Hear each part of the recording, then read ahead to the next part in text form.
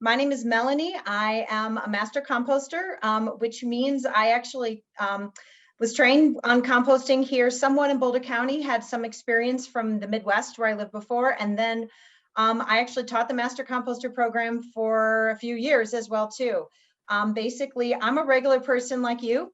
I do not have an environmental science degree. I'm not even an employee of the county. In fact, my full-time job is that I'm in the parish administrator at Trinity Lutheran Church in downtown Boulder. But as Chandra said, I have been doing compost education for Boulder County for 20 plus years. What we're going to talk about tonight is composting here in Boulder County, which is different than you read on the internet, certainly different than either composting in other parts of Colorado. So the handouts, I know it sounds like Chandra's getting those to a few of you in your email, and we'll also post a link to them in the chat. But they're gonna be up on the screen. I'm gonna talk you through them, and then you'll have them by the end of the workshop to refer to later. And basically that is my conglomeration of information I have learned over the time. Some that I have found from other places I liked, some I didn't find anything I liked, so I just made something that really reflected what you need to know. So it is meant tonight for those of you who've never done this before, like a third of you, you'll be able to start a compost pile. Now there's some difficulties to doing that in the middle of summer, and we'll talk about that, but it can still definitely be done. There's some of you who are pros, and I'm sure you will have just as much knowledge of things that I'm going to say, but I also hope you'll learn something new tonight. I bet you probably will. And if you've got tips and tricks, please don't be afraid to share them. I really focus on making this accessible, and I really focus on making you successful.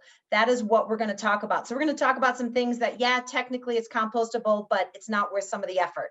So we'll really focus on a lot of that kind of stuff too tonight. So I'm going to jump right into it. Like we said, put your questions in the chat. We'll try to make sure we get those addressed. Please know that I will a few times actually not answer questions at that time, because I know we're going to cover it in a later section, because there are kind of like sections to what we're going to talk about.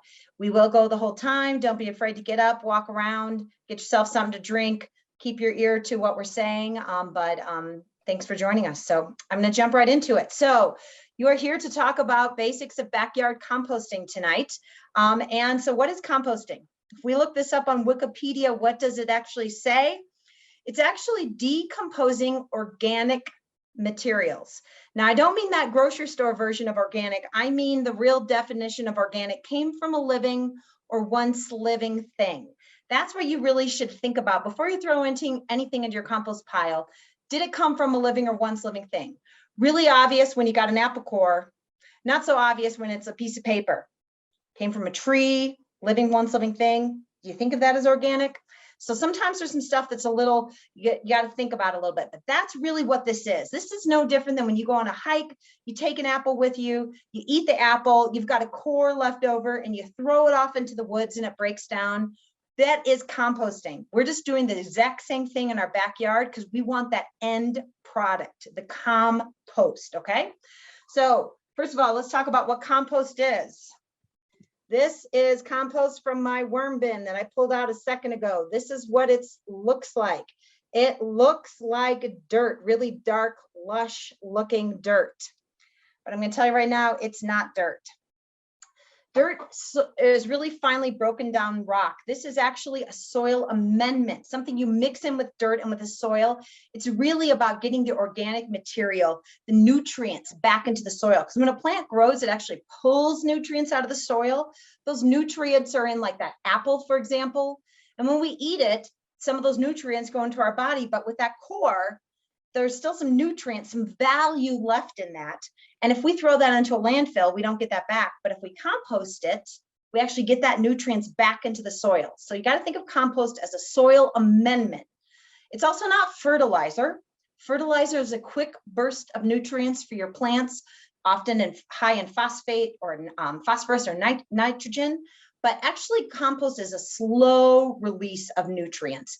It's a chance to like put something in and help your plants like all season long, not just a quick burst that you're going to see a change in like a week or so. Okay. It should look like this when it's done, as in you cannot tell what went into that compost. I can tell you that coffee grounds, eggshells, banana peels, pepper rinds, all that's what went into this. But it should be completely unrecognizable. That's when it's finished. That's how you'll know when it's finished, okay?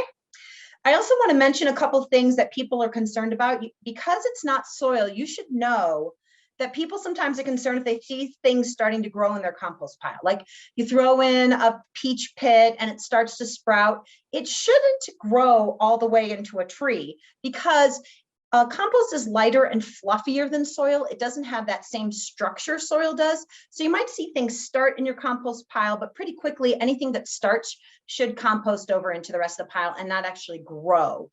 Just to note that thing. I also want to mention that sometimes people have heard of hot or cold composting.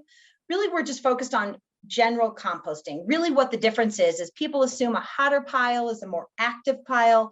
And while that's somewhat true because the heat of a temperature of a compost pile is the body heat given off by the microorganisms in there doing the work, but just know our piles are not going to be dramatically steamy. They're not going to be super cold in Colorado. Our piles are going to hang out in 60 to 80 degrees.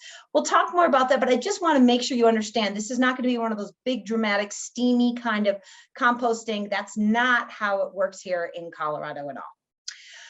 So why do we do this? Before we get into the what, let's talk about the why. Why do we do this? It is a very hot Monday night. You might even have access to a pool, and yet you are in front of a computer with me trying to learn about composting.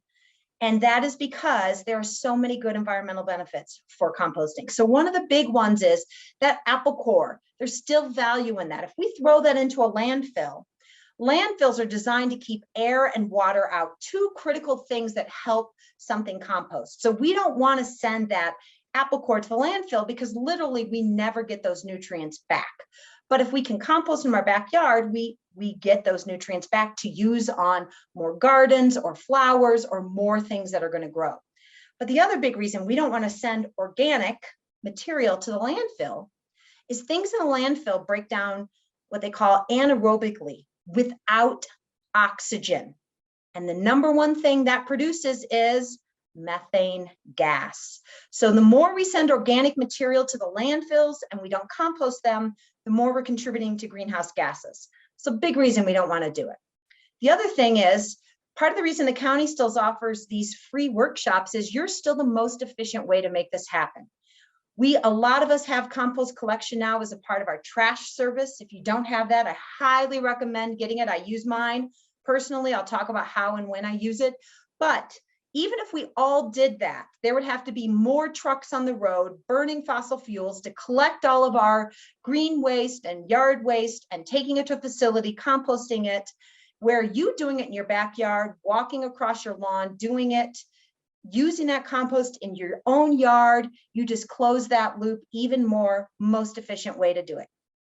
The other thing is we have terrible soils in Colorado, very clay, very chunky, and very barren. So we are trying to get as many of those nutrients back in the soils as we can. The other thing about compost is compost actually breaks up our clay soils in Colorado, which allows the soil to naturally hold moisture longer. So when you water, or we get that afternoon rainstorm, or we get that snow, it allows the soil to actually absorb naturally more of the moisture we get. And in our dry environment, that's super important. So lots of really good reasons why we want to do this. So let's get down to how we actually do this. Okay, so you need to think of your compost pile as a living thing. That is because it is full of living things. So what does a living thing in Colorado need to survive? I do have a whiteboard behind me. I'm going to occasionally use it because there's a couple things I just can't demonstrate very well except by drawing, but I'm also going to use it as a way to remind us the four major things that a living thing in Colorado needs to survive, which is the same for your compost pile. And those items are air, water, food, and shelter. So the same things we need to live in Colorado, your pile needs to be successful in Colorado. Why? because your pile should be full of living things. So I'm going to screen share the beginning of the handouts here. And just to, these are the same handouts that Chandra has sent to all of you. And if you didn't get those yet, just follow along. You will get them shortly. And you will have these afterwards, more importantly, to be referred to later. So this is the first one you have, which is the food web of the compost pile. These are the guys who actually do the composting work. They actually come into your pile and do all the work for you. We just have to build all the right conditions for them to live. So here's how this works. This first level at the top, that's the organic residue. This is the stuff we feed our compost pile, the food items. Its presence is what attracts first level guys. Notice who those are: bacteria, fungus, worms, mold, a lot of single-celled animals. They actually come, eat some of the organic residue, and they poop. And their presence is what attracts these second level guys who eat the lower level guys, eat the organic residue, and they poop. And then the third level guys come because these second level guys were there. They eat some of the lower level guys and eat the organic residue, and they poop. That's really what this compost is that we were showing you a second ago. That is actually these guys poop. So this is like the field of dreams. If you build it right, they will come. That's what we're going for, okay? So now you don't need to add these guys to your pile. They will occur naturally in the top 3 to 6 inches of the soil. We just need to give them all the right conditions. We need to make sure they have air, water, food, and shelter, and they're going to come and hopefully not just visit, but live permanently in your compost pile. That is our goal. That's how this is going to work, okay? So I'm going to go back to the handouts just to show you a couple next things you've got. That's just the front picture of your handout. It's just a fun thing that you can look at of who's actually doing it, okay? So the next couple pages you have here is more about these guys. It talks about how they do this. Some chomp on the food, like actually chew it. Some are chemical decomposers where they actually like kind of ooze this like fluid on that breaks the food down. Talks about who eats who, if they're first level, second level. If you really want to get into it, you can do that. If you're looking for something at 3 o'clock in the morning because you're wide awake and you've got your colored pencils handy, take this sheet, color who eats who in the compost pile. All fun things. You don't really need to know that. The stuff you need to know is the next page. This is page 4 of your handouts. Now, I'm just going to hit the highlights here because this is the stuff we're going to cover. If you get nothing else out of tonight, get these things. These first 4 things here are what we just talked about, why we do this, why it's so important, why it helps the soil. But this is the stuff that really makes you a successful composter in Colorado. These 5 things. I'm not even going to talk about them because we're going to hit them every time we go through them, but I will tell you when we hit these moments. These are the silver bullets. If you can get anything out of tonight, get this part. This is the stuff that will make your pile very successful. Okay?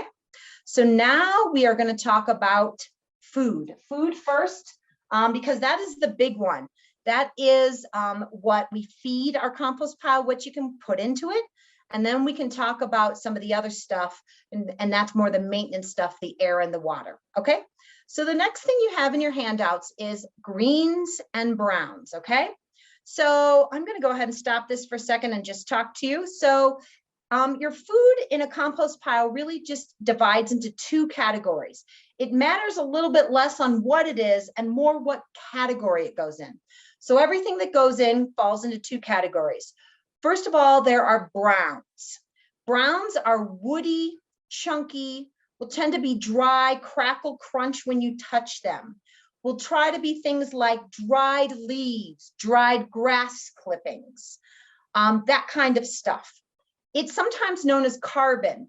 Carbon is the scientific word of, there's more carbon in those things. However, I like to think of the color because the color really helps you think about how to really do it. So browns, think of them as browns. The other category is greens. Greens are lush, moist, more recently alive. will tend to be green or bright in color.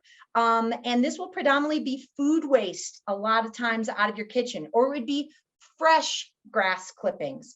It would be fresh green leaves, but it wouldn't be dried leaves like at the end of the season, like in the fall, okay?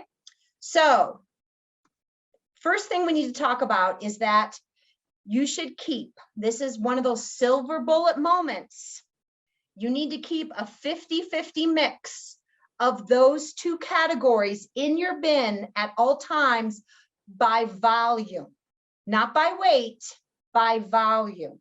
So first of all, think about this. Those big piles of leaves are going to be lighter, fluffier and stuff. Whereas if you're bringing out food waste from your kitchen, maybe coffee grounds or fruit and veggie scraps, that's going to be a lot of moisture, denser. It's going to be a little bit more compact. That's why we focus on volume, not weight, because green's always going to weigh more because it has more water content. But I'm talking volume. Now, I'm not talking get out a ruler. I'm talking eyeball it. So you're bringing out maybe your kitchen scraps in a little pail or something like this. You're putting in this much greens.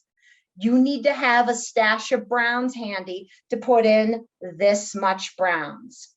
This is all about keeping a balanced, the best diet for these guys. So the greens is the candy for these critters. This is what brings them to the pile. It's got a lot of carbs in it for them.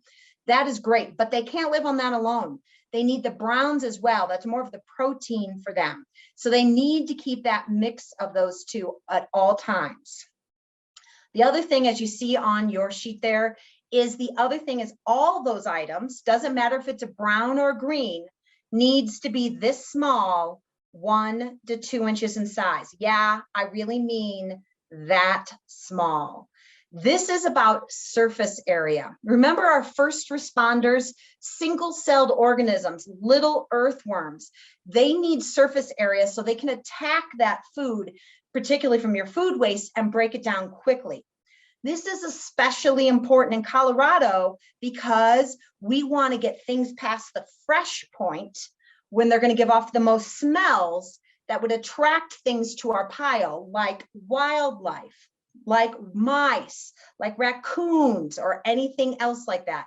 So we want to make sure that we get our food waste, our greens past their fresh point as quickly as possible, so they don't give off any smells that would attract pests to our pile, okay? The other thing is it's really good to give your pile a balanced diet. By that, look at that long list there. Try to give them a variety of greens. Try to give them a variety of browns if you can. It's better for them. Just like carrots are good for me, but if all I ate was carrots, I wouldn't feel very good and I would be pretty sick. Same's true for your critters. So try to give them a balanced diet. Generally, when you're working with your kitchen scraps from your kitchen, that'll work for the greens. However, note in the browns here, I am okay, and in fact, at my pile, almost all of my browns come from dried, fallen leaves. The biggest reason is they are like the perfect compost tool. They're roughly 1 to 2 inches in size. Some are a little bit bigger, but they're thin and they break down very quickly. So I don't chop them up, don't grind them up or anything, just throw them in whole. And they're abundant certain times of the year and they're free. We don't have many other things we can do with leaves. When you look farther down here, particularly the cardboard or the newspaper, those are brown items. However, we can recycle them. We can get another life out of them. Composting is like the ultimate destruction. It should be kind of the last thing after maybe we recycled something several times. So we want to try to not use those items unless you have to. Now, certain times of the year, you may have to, but just know that is one of the things. Browns, you can get away with it all being one kind. Greens, try to give them that variety diet. Okay, now we're going to go through each of these. I'm going to talk about them because there's some idiosyncrasies with some of these. There's also internet rumors about what you can and can't put into your pile. So I know a few people have popped a few things in the chat. I will come back to those once we go through this list. So the first thing is let's talk about leaves. So first of all, When I say leaves, I'm talking deciduous tree leaves. I am not talking pine needles. Pine needles are not the same thing as a deciduous tree leaf, but that does not matter to me what kind. It can be a cottonwood. I know those are giant leaves. It could be maple. It could be ash. And don't worry if it's an ash tree that you're treating for ash borer. I'm doing that in my yard, and that is my brown leaves that I'm using. As long as you're using a reputable tree company that's treating them, there's some bee-friendly ways to treat for ash borer. That is totally fine, not a problem to use. But you need to understand a backyard pile, particularly in Colorado. Remember I said we're going to be in those lower temperature ranges, 60 to 80 degrees. So our piles are not going to be able to handle chemicals and things like that. So you don't want to put leaves in or grass clippings or any other yard waste if you know it's been like sprayed for some disease or something like that. Or you have a well-meaning neighbor who wants to give you their leaves, but you know, or maybe their grass clippings, but you know their yard looks like a golf course, which means they probably are using some kind of herbicides and stuff like that on it. Those kind of chemicals are not going to break down in our piles. So you don't want to use any materials, greens or browns, that you know have some chemicals on them, because our piles will not get hot enough to actually break that stuff down, okay? The other thing we need to mention here is, notice here at the top of this list about grass clippings or leaves particularly. It's easiest to describe that way. Dried grass clippings are a brown. Fresh green grass clippings are a green. The color generally reflects what it is, but realize everything starts as a green and everything ends up as a brown, but it's a one-way arrow. So realize if you have mowed your lawn, fresh grass clippings, you could throw those in and you would count them as a green.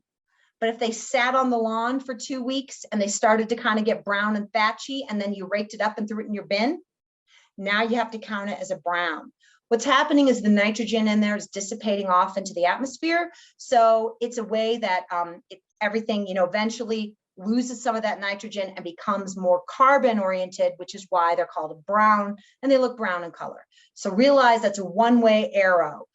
So it depends upon what you call it, whether green or brown, and when you put it in, okay? All right, so let's keep going through some of the browns here. So grass clippings, just be careful. Try not to get them from a golf course, or even I'm hesitant to get them at the yard waste drop off or something like that, just because you never know what's been sprayed on it. Try to get them from somebody you know if you need more materials. Particularly certain this time of the year is going to be hard to find browns, so you may have to get a little more creative. Brown garden waste. Don't have any of that now, but this fall, when you're ripping out your garden after everything has died at the end of the season, all that could go in. I don't worry about anything that is normal diseases. And I say normal diseases like almost every squash plant gets a powdery mildew on it. That's okay. I'm not too worried about that. But if you have the tomato plant that's dying right now, don't put that guy in, because that's got a disease of some kind, and you'll transfer that disease along. Where you use that compost next time, you might end up transferring that disease on. So any plants that died by early disease, you don't want to put into your pile. Only like healthy plants that made it through the season. Twigs and sticks. Realize the woodier and denser something is, the longer it's going to take to break down. Think how fast a leaf is going to break down versus a stick. They're both brown, but realize the sticks are going to take longer.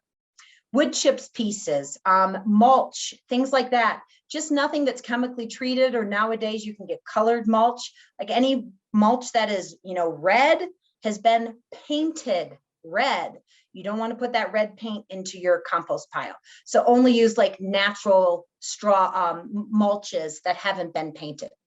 Straw is one of those odd ones. Notice straw is on one side and hay is under the greens. Some of these look alike. Try to know what you're putting in your pile. The hay is still hay because it has the seed head on it. So if it still has the seed head, it would be hay. If it doesn't have the seed head, it'd be straw, but they look a lot alike. If anybody thinks they're going to try to use manure of any kind, please throw that into the chat. Manure is a whole nother beast. I'm going to tell you something so you have a vague sense of why, and then I kind of want you to forget it. But the perfect ratio of carbon to nitrogen bin is 30 to 1, 30 carbon to 1 nitrogen. That's if we could count every atom. We're not going to do that. But if you did, that's what it would be. To give you an idea, manure, particularly horse manure, is 400 to 1, the opposite way. So you need 12,000 carbon atoms to offset that horse manure. So just realize manure is a whole nother thing. If you want to use manure, you can only use plant eater manure. If it's all the way dried out, it's been aged for years, it would be a brown. Most of it's going to fall under the green. If you see here under manure of plant eaters, if anybody wants to know more about it, throw it in the chat. Otherwise, I'm going to go by that, but I'm going to tell you, don't use it. It just throws off that 50-50 idea because you have to compensate for how high it is. If you stick with the balanced diet with all the rest, that helps equal all this stuff out. Just avoid manure. If you really want manure, do a separate pile for that. Okay, back to the browns. Natural fibers like cotton, linen, or wool, and right below it, weirdly, dryer lint.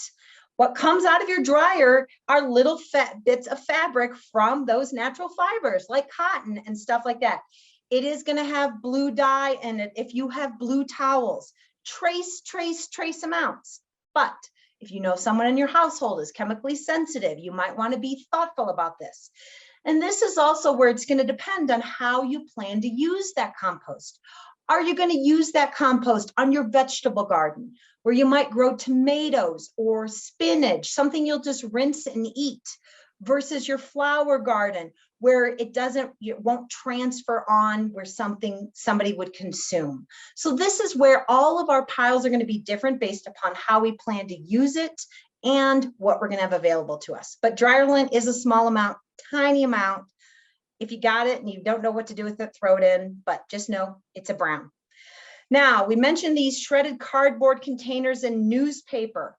I'm talking like any kind of cardboard, as long as it's not been plastic lined. Nowadays, most cardboard is not, and they'll have something encased in a plastic bag instead, so you should be fine. But you don't want to get any micro shards of plastic into your compost pile because they would make those critters sick, which doesn't help your pile any. Newspaper, I'm talking the porous newsprint. Basically, no shiny, glossy ads that used to like come on, some still come on Wednesdays now. Sometimes they come on Wednesdays in the mail, Sundays if you get the big paper on a Sunday, but none of that. The porous newsprint, basically paper products that you can put in as a brown, should soak up water really easily. Think paper towels, Kleenex, even that kind of stuff, but not office paper. That is not going to soak up water near the same way porous newsprint or Kleenex or paper towels are. So there are some differences, even they all come from trees. Some work better than others. If you are a woodworker by chance, you can do some little bit of sawdust. I don't like it because of the small particle size. So a little bit is fine, but a lot is too much. You do one project in your yard or in your garage, throw that in, as long as it's natural wood and not treated. If it's treated wood, those are those chemicals that you don't want in your pile, but only a small amount. I do want to say the 1 to 2 inch size is the perfect size for composting. Don't go too small. Don't pulverize things like sawdust, because 1 to 2 inch size pieces naturally form air pockets between them. Remember, air is something those guys are going to need. So we want to make sure we don't, if that sawdust, and if you put that in there, a whole bunch of it, and it just gets wet, it's just a big pancake and there's no air particles in there. And if there's no air, the critters can't get in there and do their work because they can't breathe, literally. And so nothing's going to happen. So that's why we want things in that 1 to 2 inch size more. You can get away with a little bit, but not very much. Napkins and paper towels, like I said. So the greens there, basically any fresh plant trimmings, but this is not weeds. We're going to talk about weeds at the end, about which ones you can do and how in your compost pile. Any green grass clippings, again, as long as you know there's not a lot of chemicals on that grass, it's still always best to leave your grass clippings on the lawn. It helps with weed production if you don't know, but if you do bag your grass, it's a way to use it. Now, fruit and veggie waste. I am fine, and I put in all fruit and veggie waste. Despite what the internet tells you, you can put in all fruit and veggie waste. So by that, I mean even things like citrus. Citrus to me is limes, lemons, orange, grapefruit. They are fine to put in as long as you follow our rules of chopping them up 1 to 2 inches in size. And I'm going to tell you right now, don't wait to the end to do this. While you are out preparing your salad, the cutting board is on the kitchen counter. You've maybe hulled out that pepper. You've used all the good stuff you want. While the hull is still there, chop it up in 1 to 2 inch pieces and throw it into your little kitchen scrap bin. This is my little kitchen scrap bin that sits open in my kitchen all the time. It is literally just a dishwasher tab container. Nothing fancy. I literally am chopping things up. I get the good stuff off and I want in a salad. And then I take my cutting board over to this little open container and scrape it in. Do it while the knife is out and the board is out. Don't tell yourself you'll do it later. Do it as you add to it and stuff. Also, by the way, I leave mine open like that all the time, all summer long. I usually get a few fruit flies when I bring in my tomatoes from the garden, but not with that standing open. Usually I end up emptying it every 2 to 4 days whenever it's full. It's getting pretty full now. And it just becomes the collection point where everything is. And then I basically take it out to my bin or put it in my worm bin. So just know you don't need one of those fancy $30 compost crocks with a charcoal filter. You can just use a plain old container for any of this stuff, particularly all the stuff. And I count everything that comes out of my kitchen as a green. So, and we'll talk about a few differences in that. So the next one on here, if you notice, coffee grounds and filter. I've got a coffee ground and filter. I don't know if you can see that or not, but right on top there and stuff. Now, that one is one of the color exceptions. It is brown in color, but it's a green for our purposes because it is high in nitrogen. Yes, those are small particles. I know because they're all ground up already. However, I'm trusting your normal household usage of things. Even if you're the family who drinks a couple pots of coffee every day, that is fine to put into your bin as long as it's coming with all the other stuff from your kitchen. This is where the variety diet will really help. But if you are going to make orange marmalade jam and you bring home 3 bushels, that will be too much of anything. Or if you work with 300 employees and you bring home all the coffee grounds every day, that would be too much for your pile. Just use your normal household usage. But coffee grounds are one of those exceptions. One of the reasons we put coffee grounds in is worms. Worms' favorite foods are coffee grounds and eggshells. I'm talking red wiggler worms. These are the ones whose whole job in life is to eat decomposing organic material. These are the ones who are going to show up in your backyard pile and would be in a worm bin as well too. So they love coffee grounds. So I always put my coffee grounds in for them. Tea bags, same thing, brown in color. The one thing you need to know about tea bags is be careful if it's some of those fancy ones that are out now. They're in a little nylon satchel, so that nylon can't go in. Normal tea bags, I would say, like at Celestial or Lipton or any of those kind of places, you can just throw the whole bag in. But any of those ones that are in a little nylon satchel, you're gonna have to snip open and empty out the contents, or if you use loose leaf tea, you can't put those nylon satchels in, they're not gonna break down. Green garden waste. By this, I'm talking about if you thin lettuce, you thin out some things, that's the kind of stuff you can throw in. Again, not weeds, we'll come back to weeds. Next one on there, breads and pastas, no fatty sauces or spreads. Bread came from a living or once living thing, the wheat. Believe it or not, you can put some of this stuff in, but it can't be bread that has been buttered. It can't be pastas with some kind of great pesto sauce left over after dinner. Not because it won't break down. Fats and sauces and oils, and in fact, all animal products are going to attract things to our pile. Remember, we have wildlife in Colorado. We cannot have that stuff in our pile. That is the stuff that gives off the strongest odors, and that's going to attract critters and things that we don't want to our pile. So no fats, no oils. That also means no meat products, no meat, no fat, no skin, no bones. None of that stuff is allowed, okay? And same with your breads and pastas. And just know water is our most valuable resource here in Colorado. So don't like rinse the pasta just to save the pasta for the compost pile. Just unfortunately, the little bit left, throw that away. Eggshells. Eggshells are worms' other favorite food. Now, even though those are small, mine are just sitting in my bin like this. I'm going to crunch them before I throw them into my bin, literally, because these are the hardest thing for them to break down. They love it. It's good for their guts, but it will actually be hard for, it'll be the last thing left in your compost pile. If I see eggshells in my compost pile, but everything else looks done, I consider it done. But just know, I put in eggs all the time. In fact, we eat dozens of eggs at our house in a week, and I definitely put all those in. We talked a little bit about manure. Believe it or not, hair, also vacuum waste. Do you have a bagless vacuum? Do you have a pet? Are you picking up lots of hair? Combing the dog?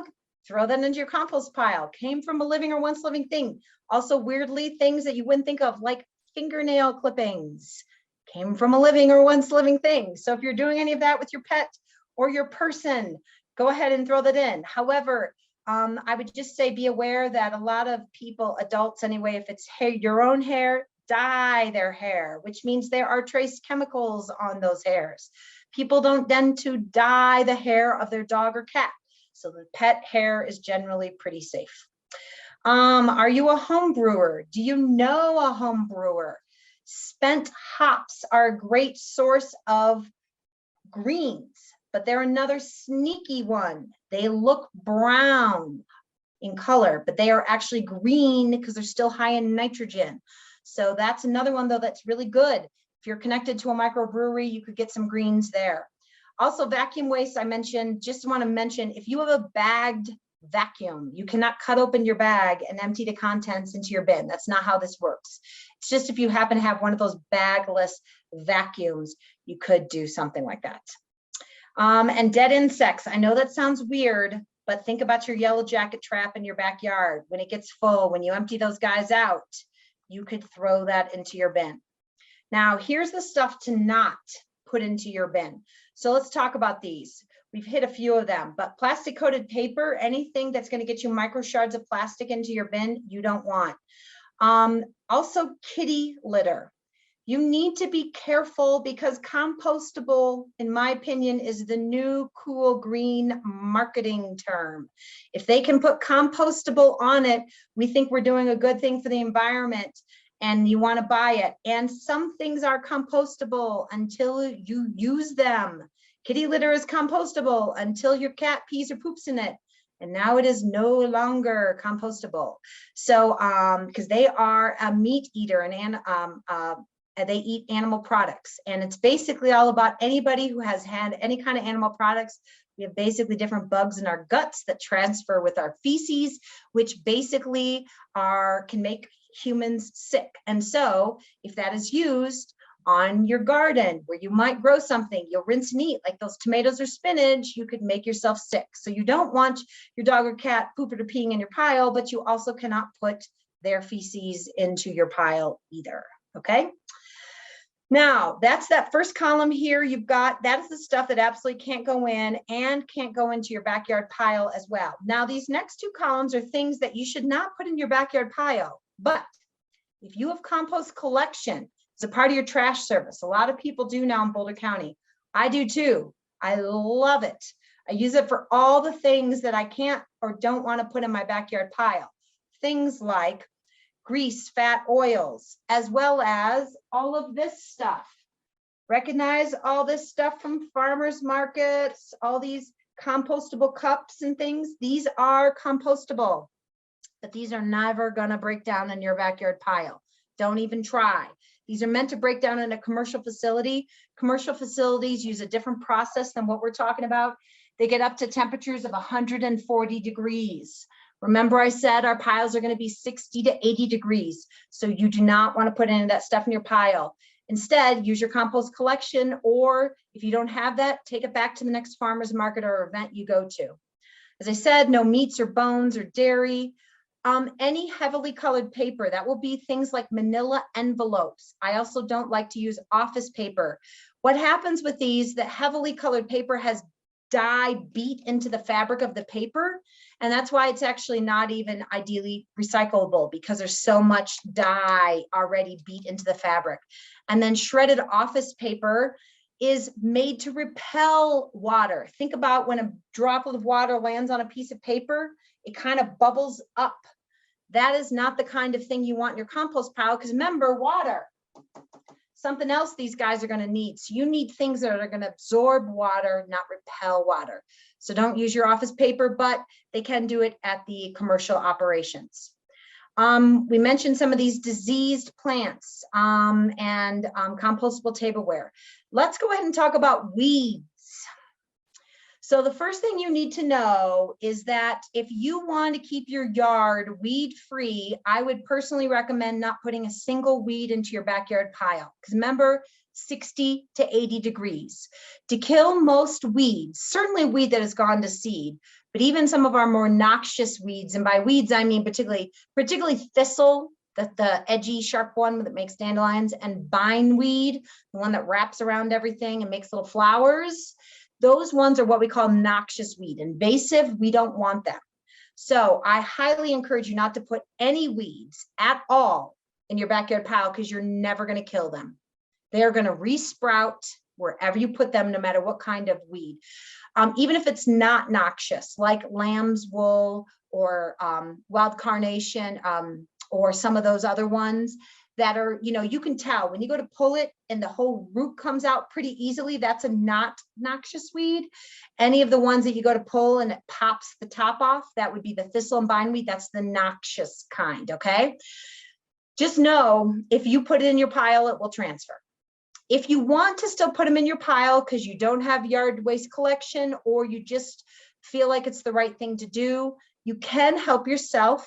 If you want to do it that way, gather all your weeds in a bucket, lay them out on your driveway, your sidewalk, something that's like asphalt, concrete, stone, something that's going to get super heated in a sunny, hot day like today, and just let the sun bake the crap out of them for a couple of days. Then throw them into your pile. That's your best chance to basically kill it before it gets into your pile.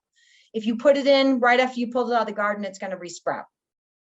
I personally send all my weeds to the yard waste collection. They are going to get up to those high temperatures for 3, and really to kill most of these weeds that have gone to seed, you have to get up to 110 to 140 degrees for 3 consecutive days. Your pile will never, ever, ever, ever, ever, ever do anything close to that. So if you want to keep your yard as weed free as possible, take all your weeds, put them in your compost collection, and let the pros handle them. Okay?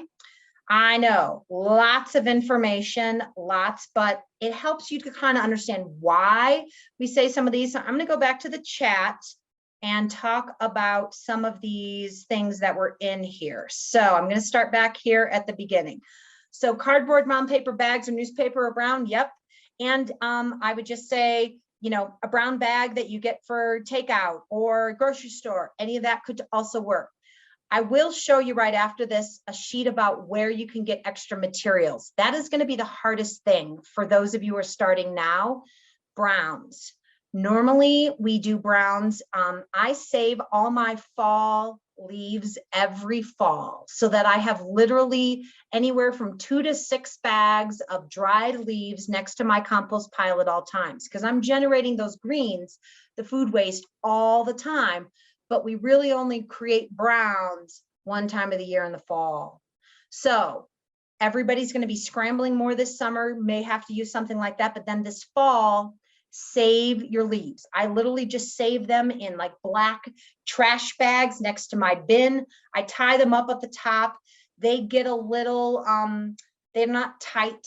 They split open. They get rained on and snowed on. But remember, things go from green to a brown. Once it's a brown, it's always a brown. Doesn't matter if it gets wet and slimy. So then I basically use those, keep them next to my bin. So every time I'm coming out with my volume of stuff like this, I am literally putting in the same equivalent of browns so that I keep that 50-50 mix all the time. So I'd highly encourage doing that as well. If you don't have any browns now, look even in the corner of your yard. Sometimes you have some like in the corners up against the fence that you never really cleaned up. See if you can grab some of those for now.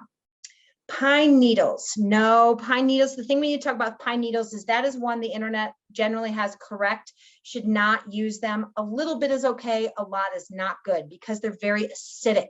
They will throw off the pH of your pile. And so that's why I just encourage people not to use them because they're also very fine. They don't absorb water very well. And so you unfortunately can't use those. And I know I've got volumes of them under my pine trees as well. They make a good mulch under the pine trees if you just leave them. And that's what I do in mine for some weed suppression. And that's how I use mine, but they cannot unfortunately go in your pile. A tiny tab, maybe, but not much more than that. Okay. All right. Chicken manure. So that is a plant eater. That would be okay. And the general rule about manure is the smaller the manure. I'm seeing what else. What was that other comment about manure? Okay. So the smaller the manure thing that comes out, however I'd like to say that, the less nitrogen in it. So a chicken produces not a super high nitrogen, whereas like a horse or cow produces super high in nitrogen. So the more your manure is mixed with wood shavings or leaves, another brown, it's bringing down that crazy offsetting nitrogen. The general rule with manure is you can put it in your pile if it no longer smells like manure. I know that takes a while. So the more you can age it, the better off you are. By aging, I mean just putting it in a pile and letting it sit there. Let the nitrogen dissipate off into the atmosphere, mix more carbon into it. That will make that nitrogen smell, basically that manure smell, go down. Ideally, until that's gone, then use it as a green, even with all that stuff mixed into it. But it's really best if you can have a separate pile. So if anybody really wants to work with manure, I would work with a separate pile for that. Then you can add extra browns to offset it, and you could put it in a little sooner. If you're going to put it in your regular backyard pile, it's got to be pretty neutral before you stick it in. That's the reason manure is so tough to work with sometimes, because it takes a lot of time to do something with that. Okay, let's see. Yes, you're correct, Carol. Shredded office paper can go into the curbside compost, but it's not good for home composting. 100%, that is correct. Because again, they can handle it in those commercial operations that we can't. Yep, and somebody I think answered that. Thank you. Pits of any kind, avocado pits, peach pits, even like peanut shell, stuff like that is going to be a brown. That's the one exception. Now, I don't separate my avocado pits from the rest of my kitchen scraps. I just put it into my pail. I only go through 2 to 4 avocados a week. So I'm not putting a crazy amount, but they are going to take a long time. They're technically a brown, but I don't worry about separating them out. I just count what comes out of my kitchen as a green. And then they are going to take a long time to break down, but they will break down just like a peach pit, just like a twig or a stick. It's just going to take longer. The countertop composting machines, we are going to talk about that. Several people, I know that's the new, be careful, that's the new trendy compost thing. I'll be honest, I'm not a huge fan. I don't personally have one. I haven't personally tried them, but we'll talk about them when I talk about shelter. That's the bin part of it, and we'll talk about those as an option. Moldy bread is great to go in. It's just the compost process starting early. Anything moldy is great. You just got some composting going on in your little bucket before you take it out. Should you buy worms to put in an above ground double tumbler? No, really, you shouldn't have to, but we'll talk about that when we talk about shelter. So hold that thought. That's shelter. Let's see. I'm going to have to look at that. That's a little bit longer one. Okay. Okay. Some people have to leave. Okay. We will catch you another time then. Mountains. Okay. So I'm just going to go ahead and say about the mountains. You should just know composting in the mountains, somebody's at 8,200 feet, tough. I'm at Boulder. I live in the northeast corner of Boulder County. Tougher in the mountains, mostly because of the wildlife. Everything will work, but you don't have as many browns, you don't have as many leaves, and it's just your season's shorter and you've got wildlife. So I'll be honest, it can work. There's no such thing as a bear-proof compost pile. A well-maintained compost pile is your best defense against any wildlife. But sometimes people have used worm composting. I will talk about that super briefly at the end. We're also going to make sure you've got a brochure that walks you through how to set one up. That's really what I encourage someone to try if they have not decided, if they think that backyard composting just is not going to work for them for any one of those reasons I mentioned in the mountains. So, okay. All right. Melanie, I know there's Melanie, one more, dried potato vines. Dried potato vines. If they're all dried up, like end of season from last season, if they're end of seasons from last season and all dried up, then yes, that would be a brown. There's no reason you couldn't put any kind of dried up item. And I say dried, like, you know, your tomato plant at the end of season, anything like that. The rule though is 1 to 2 inches in size. So that's the hard thing about any big giant plant that you've got. You want to tear it up and use it. Now, that's why I love my compost collection. I have 52 tomato plants. I send my 52 6-foot tall tomato plants to the compost collection so I don't have to sit there and tear them up into 1 to 2 inch pieces. So this, you could use it if you've got them as your brown source this season, but just you're going to still have to tear it up into that smaller size. You can shirk on browns to, you know, a little bit bigger, 2 to 3, but not much more than that. The greens, you've really got to stick to that 1 to 2 inches in size. That's really critical. All right, I'm going to go back to your handouts because there's something else we need to talk about related to green and browns, and then we're going to go on to air and water. So the next thing in your handout is where to get extra material. This is what I'm talking about trying to get, particularly for browns for people, but also it's always best to start your pile with a volume of materials. If you're starting fresh and you've never done this before, if you can put in a little bit of greens and a little bit of browns, a little bit of greens, it's got to be at least half full for the critters to be worth their while to come and visit your pile. So as a result, it's always best to start your bin with a little more volume and then give yourself some room to grow as you build a bin. So get yourself some extra materials if you've never started before. As you can see, lots of great places to get the greens. Do check with places ahead of time.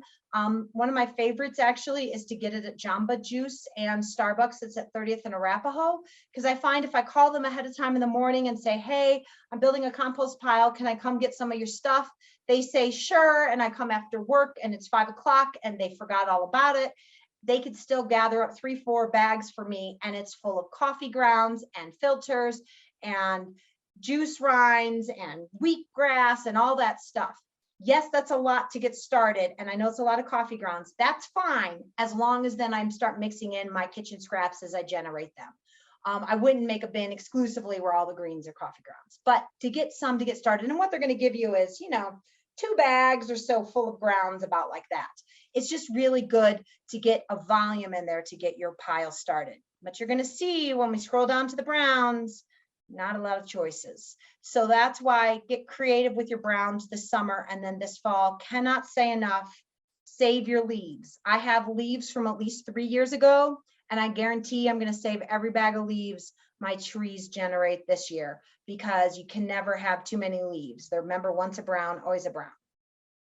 All right, let's talk. I'm going to stop sharing because everyone's going to want to talk about bins, but we need to talk about something else first. Okay, now I don't have a great handout on this because you really have to demonstrate and see what's going on inside the bin when we talk about air and water. So you're just going to have to listen to me, take some notes. It's in that 5 listings of things, but we need to talk about how this is going to work for you, because this is the maintenance part of it, and it's really critical for a successful pile. So the first thing is the water part. You ideally want your bin, the contents inside of your bin at all times, to be damp as a wrung out sponge. Now think about that, damp as a wrung out sponge. What that really means is if I reach my hand into the bin, grab some, squeeze it, let it go. It should be damp enough. A few of the pieces will stick to my hand, but not so much that when I squeezed it, water was running down my arm. That is damp as a wrung out sponge. That is super critical and one of the biggest battles for composting in Colorado because it's dry here. But the water is critical to those critters. Not just the way we think of water is critical, but especially for the first level guys to come. Those single-celled organisms can't move around the pile on their own. They literally move from water droplet to water droplet. So if the pile's dry, they can't go anywhere. And remember, it's their presence who attracts the second and third level guys that ultimately makes the whole thing work. So you got to make sure there's damp enough for them. Also, worms. Worms are some of your best workers in the compost pile. They eat half their body weight in food every day. Remember, they're the ones who like coffee grounds and eggshells. They literally breathe through their skin, which is covered with this water film. If it's dry, they literally cannot breathe. They can move and they're going to leave your pile. Okay. So we want to make sure it is damp as a wrung out sponge. Now, I guarantee if you look at your bin, it's always going to look dry. So let me diagram for you what's going on in the bin. And then we're going to actually talk about how you deal with this. So this is where I just have to draw it because I can't really demonstrate over Zoom. So this is my bin. What's happening is this is my stuff. It's full all the way up to the top. Okay. I'm trying to make sure you don't get too much glare. Sorry. This main circle here is where it's going to be most active. This is where the critters are going to hang out. This is, even though the bin itself is full of stuff, they're going to hang out here because all along here, there is evaporation going on. And these parts of the pile are going to get dry, whereas this part is going to be nice and moist. So the worst thing you can do when you're trying to figure out, is my pile moist enough, is take off your lid, look down into the pile and see this surface right here, because it's going to look dry. I'm going to tell you right now. But what you got to do is get out your pitchfork. There is no substitution for this kind of tool. I'm talking a composting garden fork, not a hay fork. You can't use a shovel. You can't use anything else instead. You've got to have one of these. What you want to do is get in there first and mix up that whole pile like it's a big bowl of brownie mix. You're trying to even out that whole thing so that we're in there. Our bin is open. We have the lid off. We're in here digging around with that pitchfork, trying to even out all that content so that the moist stuff is mixing with the dry. And then I literally stick my hand right down into the middle here, grab some, pull it out. This is what I call the squeeze test. Squeeze it, drop it back into the bin. Is it damp enough that it's sticking to my hand? If it's not, then I water it. I'll tell you, most of the time, you're probably going to have to water it because while this is active, when we mix that up, it's still not going to be damp as a wrung out sponge. So you've got to water your compost pile and water it with a hose. Do not put your compost pile in the back corner of your yard and promise yourself that you will carry a 5-gallon bucket of water across the yard every week because you won't do it. Get your hose out. Have it have like a barrel style handle or take off your nozzle at the end so that the hose is like running in my hand without me having to touch it.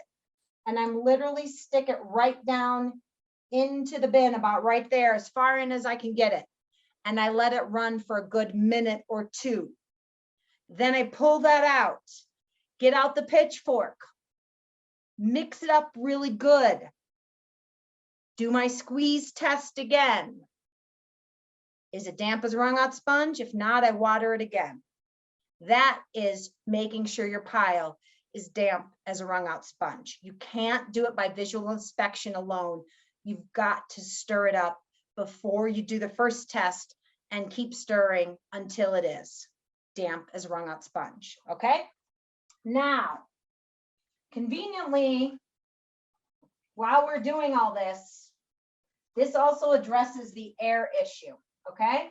So again, this is my bin, okay? So here is what's happening. Let's say we started with a nice full bin. Let's just imagine we had enough materials. It's okay if you don't, but whatever it was, let's just imagine it was full initially. We come back in a week or two to do this squeeze test, testing the moisture and all of that. It's not going to be all the way up to here anymore. It's going to be down to here. Why? Because all those 1 to 2 inch pieces we put in there are now not quite 1 inch anymore, 7/8. They've been chewed on and things are starting to compress in the pile, and all those natural forming air pockets that we put in there with that size particle are starting to collapse. So literally the pile is starting to shrink. So when we get in there with our pitchfork, fluff it all back up, even out the moisture content, we're adding air back into that pile. So by doing what I just described with that, you are dealing with both air and water, so that a full bin to start every time you do this is going to change. So we fluff it back up, we make sure it's damp as a wrung out sponge, and now it's there. Come back in a week or two, down to there, fluff it up, make sure it's damp as a wrung out sponge, etc., etc. You're going to end up with a half to a third of the original volume you started with a full bin in actual finished compost. So a full bin of materials is only going to end up creating, 18, 24 inches or so of material. Okay. So realize that's what's happening. This is the maintenance part. This is the work of composting. In order to compost, you've got to do this. How often? The perfect world, once a week. Once a week, you're going out there, stirring it, watering it, making sure it's good. This is not when I'm adding materials. Maybe I'm adding materials at this time, doesn't matter. But this is the maintenance part. I got to do this once a week. You've got to do it minimally once a month. If you cannot get out there once a month, don't put any stuff out there, because remember, we're in Colorado, we have wildlife. If you are continuing to go out every 3-4 days, putting fresh food waste out there, not stirring it, not watering it, I'm a rodent. I'm going to try to get into your bin because you're giving me shelter, you're feeding me, and you're never bothering me. But instead, if you come at me once a week with a large, sharp object, I will choose to have my baby somewhere else and not live in your bin. This is your best defense against wildlife. When people ask about people have problems with rodents or anything like that, they're generally not maintaining their bin. Now, I'll be the first to admit, composting is not for everybody. If you're looking at this and saying, there is no way my life works to do something like that, that's fine. You need to know that though. If you're going to add fresh materials, you've got to be maintaining it. Now, I will say, don't do it every day. You're not going to speed the process along anymore. You really should do it once a week, because most of these critters like to be left alone just to do their thing. You're going to go in there with a tool and like move everything around and water and all kinds of chaos. They need time just to like do what they do. So actually turning the pile more than once a week actually dries it out more quickly. So do it once a week. I do mine honestly when I remember.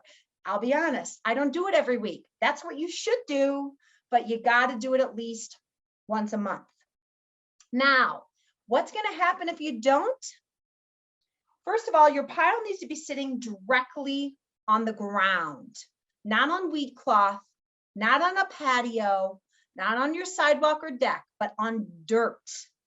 Not even weed cloth underneath that, but on dirt or on grass, so that those critters will come, because they live naturally in the top few inches of the soil. So you literally want them to come right up into your bin.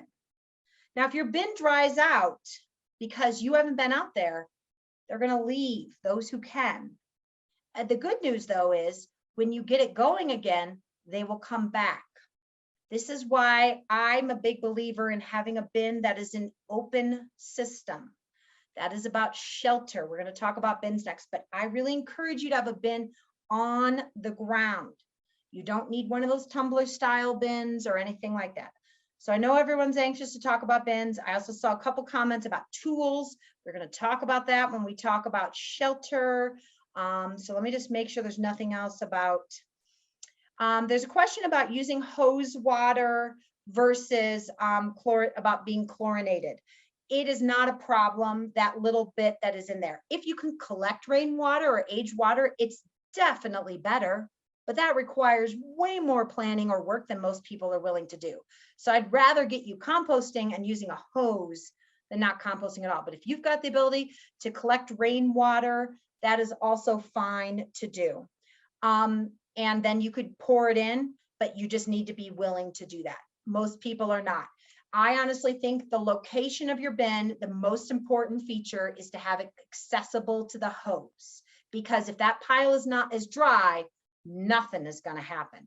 Now, people are asking, it's better to be in the shade or in the sunlight. And the answer is whatever is best for you for the hose. Mine just had to be moved this year because we got a new fence, and so I had to move it across the yard. So now it's a little further, but it's still, my priority was accessible by the hose. I think it's best that it's convenient. I do not put mine across in the back corner of the yard. Mine is pretty close to the sides of my yard, so I can get to it easily and quickly, and I see it. Because like you, I work a full-time job. I'm busy. Life happens. That's okay. I just want to make sure I see it and be like, oh yeah, I need to get out there and do that. And then I do get out there. Because the great thing, that's the other reason I like the bin on the bottom, is because life with an open bottom. So it's a free system for those critters, because life happens for me too. There have been times when I haven't done my bin for a couple of months. I'm bad too. We all are. We do the best we can. But the good news is when I got it going again, the guys came back.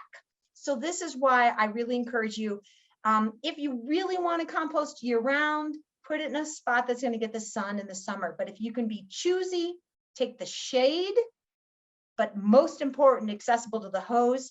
My bin up until this year has been in full blazing sun because it was the best spot for me, but I had to move it because we had to shift some things around in our yard this year. So just know sun or shade doesn't matter. Most important is directly in contact with the ground, accessible to the hose.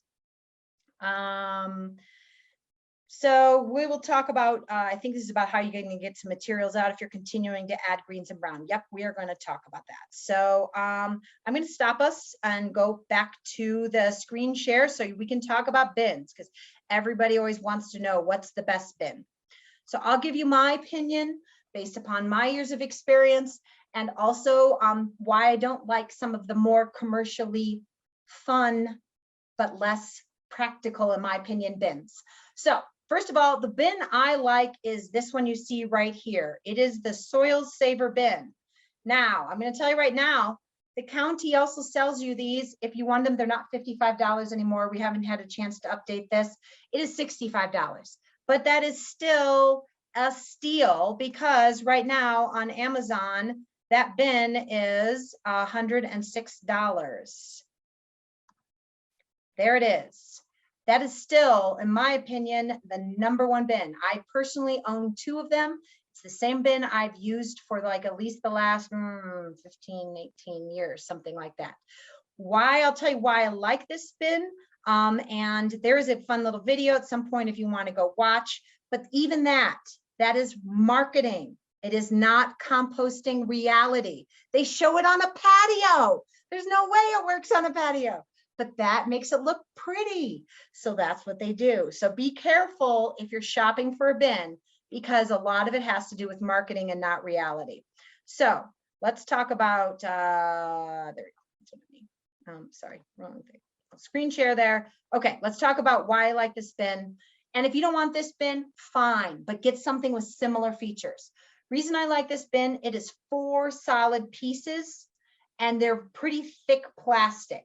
They also hold together, if you can see in the picture there, with real nuts and bolts. Now, that being said, no bin is perfect. This comes with plastic nuts and bolts. Don't even waste your time. Take them to McGuckins, spend the $6 to get the steel bolts instead. They will hold together much better. That's the only negative I have about this bin, is that it comes with plastic nuts and bolts, but works great. It is about 3 feet tall by 3 feet tall by 3 feet. That's what this really is. Really thick plastic.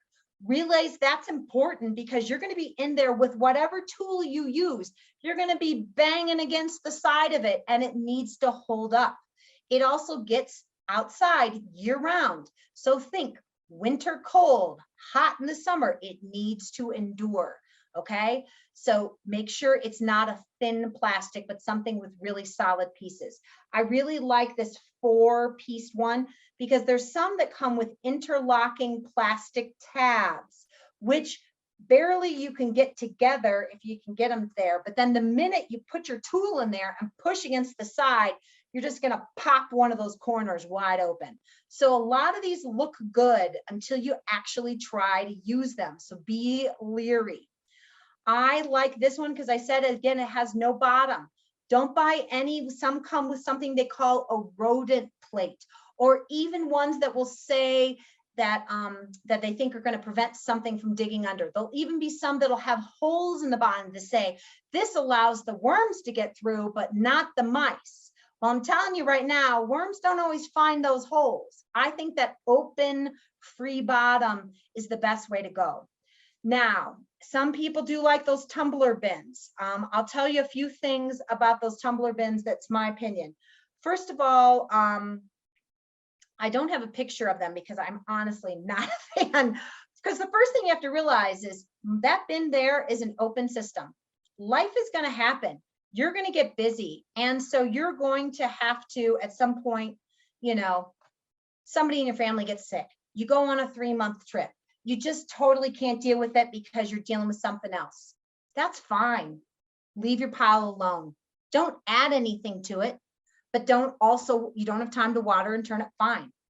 But the great news is when you can get it going again, all those critters will come back because they can move freely from the bin down to the soil and back up. Any of these standing tumbler bins are a closed system. There's no free movement. You've got to, first of all, introduce them to the bin, and when life happens, not if, when life happens, they have nowhere to go. So those critters are going to die in that bin. Now, I'm going to stop the screen share so I can show you a couple things on my diagram here. This has been my experience with a lot of these bins. So if you want to get one, because I know a lot of people do, I'll show you what kind to get. I'm not going to give you a particular brand, but I'll tell you the style to get that works the best.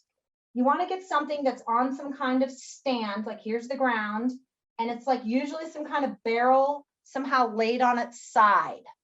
But don't get something that you're supposed to spin yourself, because these work great in the store when they are empty. And then you put 100 pounds of wet, heavy stuff in it, and they're not so easy to turn.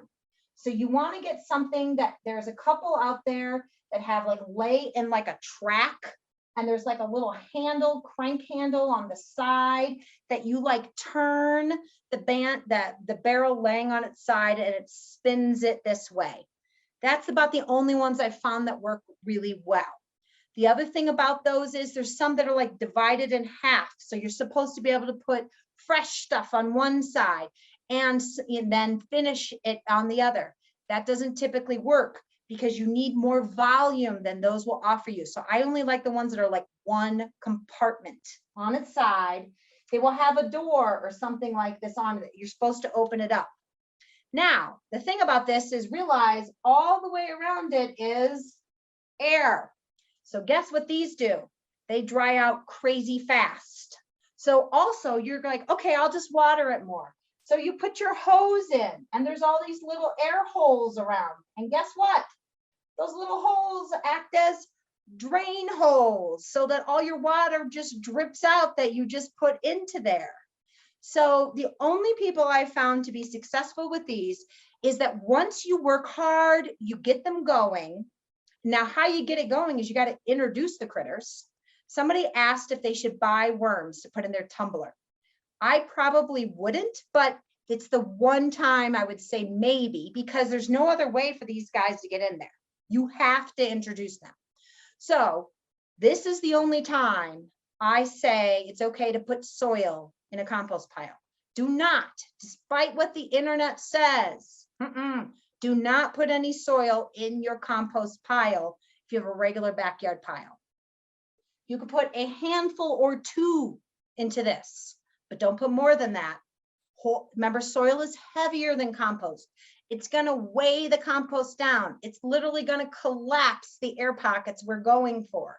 So you don't need to layer it in as you build it like the internet tells you. You don't need to do that. The only time I would say put a little bit of soil in is if you have a tumbler and you're trying to basically introduce the population. It's best if you could put some like pretty finished compost or partially finished compost in from a neighbor or something. That'd be the best. Then what you have to do with these is you literally have to turn it one full turn every day. That's the only way they get movement enough that they seem to stay active. If you let this sit a week, it dries into a lump. We also find that with these, the lumps just shift left and right. So even as you turn this, you're just going to hear the lump kind of move like a thump within it. You'll still have to open up that side hatch, dig around in there with your hands. It really isn't a great solution. And the crazy thing is these will cost you several $100s. The one that I was showing you earlier, the county has for you at cost, 65 bucks. Steal. Also, they are not going to make it anymore, and I'm crushed. So that this is the soil saver. This one, the same one I showed you in your picture. If you are interested, get one. These are starting to be a limited quantity. If you saw on Amazon, they will deliver it to you in a month, and that's at $106. So if you want to get one from the county. I personally am not a fan of these. These will be at least $100. Most of them run closer to $300. And we think they're a great solution, but again, practicality is it doesn't work so great. There are other ones that look like this out here. Be careful, there's some knockoff out there. If it doesn't have those same features of nuts and bolts, not interlocking tabs, has too big of holes. That's a big deal here in Colorado. Those are really tiny little holes there. That's good here because it makes the bin really tight, keeps that moisture in. Might be almost too tight in a wet climate like Oregon, Washington, or places like that. So I just can't say enough. I think this one works fantastic.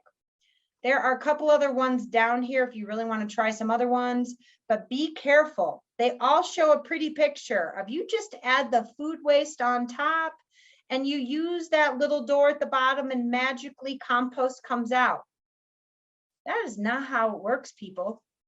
So back to our regular bin. You're going to remember mixing stuff up all the time. Every time you're out there doing that big moisture for watering and turning it and stuff like that. So your finished stuff is going to be sitting right next to some stuff you just added last week. That is never going to be the truth. So all of them have those little doors at the bottom. I never use my doors. I don't know anybody who does use their doors. The only way you'll use those doors is if you let a whole bin cook all the way down, and it'll be in that bottom third of the bin. Then you can open the door and pull that out. Otherwise, I take it all in and out from the top. I don't mess with any of that. That's my opinion about the bins. That is, and the bin is the shelter. I have to say, in Colorado, it's pretty tough to do a pile and not have shelter. Just like we would not survive year-round without shelter, same is true of the critters.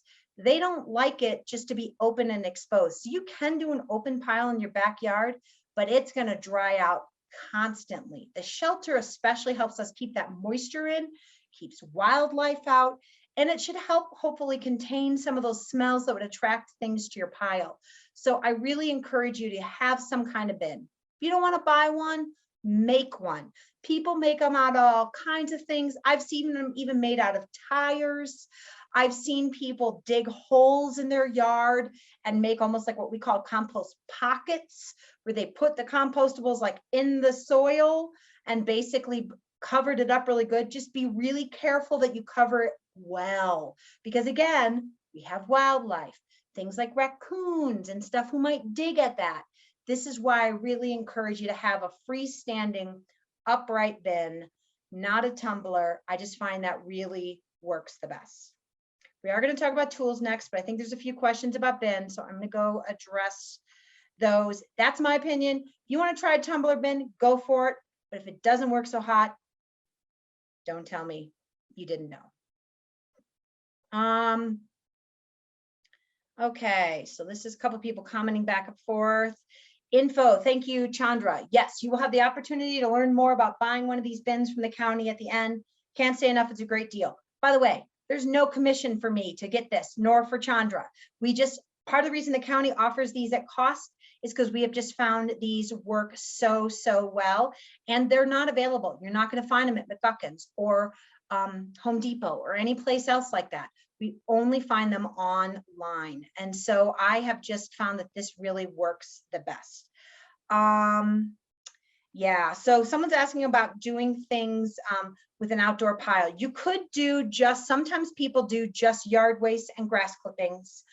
It's not going to attract as many critters without the kitchen waste, but it's still going to probably, somebody's going to try to make it their home.